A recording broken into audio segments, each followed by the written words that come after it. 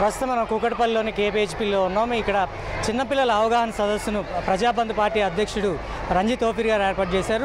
ఆయన అడిగి తెలుసుకుందాం. సార్ చెప్పండి, ఇది దేనికోసం ఏర్పాటు చేశారు, దీని ముఖ్య ఉద్దేశం ఏంటి? మిత్రులందరికీ జై భీమ్.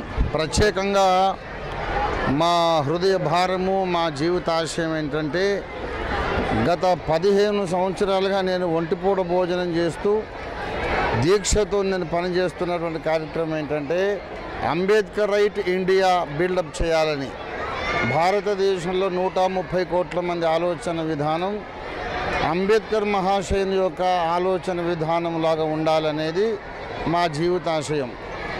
మరి మన భారతదేశంలో ఇవాళ చాలా దుర్దినాలు దాపురించినాయి, చీకటి దినాలు దాపురించినాయి. ఢిల్లీ, దేశ రాజధాని ఢిల్లీలో రాజ్యాంగాన్ని తగలబెట్టారు. వాళ్ళ ఫోటోలతో పాటు పోలీస్ కంప్లైంట్ ఇస్తే కూడా ఇప్పటిదాకా సంవత్సరం కావస్తుంది, ఏమి చర్యలు తీసుకోలేదు. ఆసిఫా బానును చంపినటువంటి ఉదంతంలో ఎవరికి ఇంకా శిక్ష పడలేదు. బీజేపీ పాలిత రాష్ట్రం హర్యానాలో ప్రతి నెల 3-4 సామూహిక మానభంగాలు జరుగుతున్నాయి. ప్రధానమంత్రి గారేమో బేటీ బచావో నినాదం ఇస్తానే ఉన్నారు.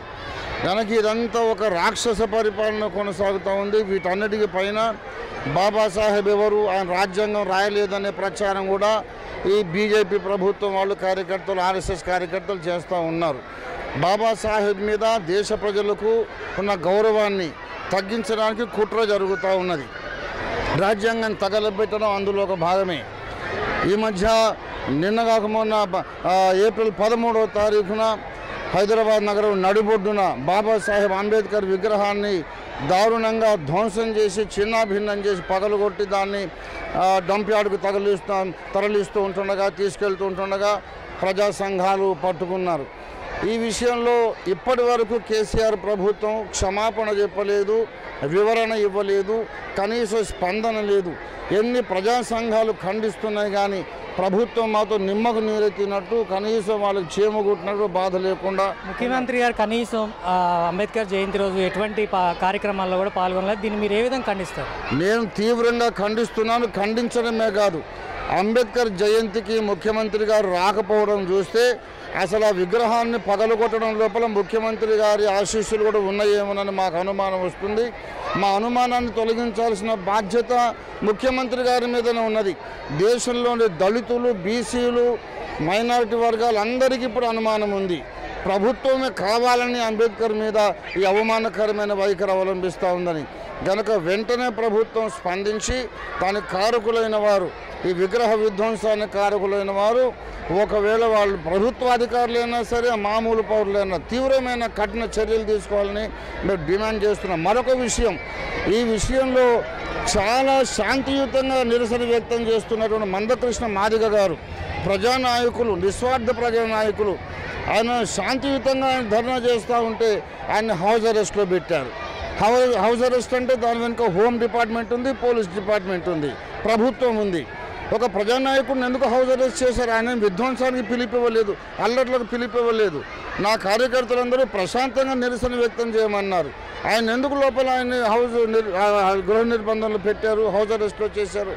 మేము దీన్ని ఖండిస్తున్నాం. ముఖ్యమంత్రి గారు వెంటనే ఈ విషయంలో క్షమాపణ చెప్పుకోవడంతో పాటు అంబేద్కర్ విగ్రహాన్ని మళ్ళీ ప్రతిష్ఠించాలి.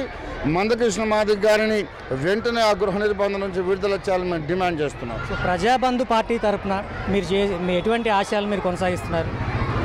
ఆశయాలంటే అంబేద్కర్ రైట్ ఇండియా మేము తయారు చేస్తాము. ఇది మా ఆశయం, సాధించి తీరుతాం. ప్రస్తుతం మాత్రం దేశవ్యాప్తంగా కాశ్మీర్ టు కన్యాకుమారి మాది జాతీయ పార్టీ కనుక ఇండియా ప్రజాబంధు పార్టీ పక్షంగా అన్ని రాష్ట్రాలలో రాజధానులు, అన్ని జిల్లా కలెక్టరేట్ల ముందు మా పార్టీ కార్యకర్తలు నిరాహార దీక్ష కూర్చుంటున్నారు. ప్రభుత్వ పర్మిషన్తోనే, పోలీస్ పర్మిషన్తోనే ధర్నా కూర్చుంటారు. మరి కలెక్టరేట్ల ముందు వెంటనే నిరసన వ్యక్తం చేస్తారు. ఇలా ప్రశాంతంగా ఎలాంటి అల్లర్లకు పాల్పడకుండా, ఆవేశానికి లోను కాకుండా శాంతియుతంగా నిరసన వ్యక్తం చేయమని దేశవ్యాప్తంగా ఉన్న ప్రజాబంధు పార్టీ కార్యకర్తలకు జాతీయ అధ్యక్షునిగా నేను పిలుపునిస్తున్నాను. సో ఇది పరిస్థితి.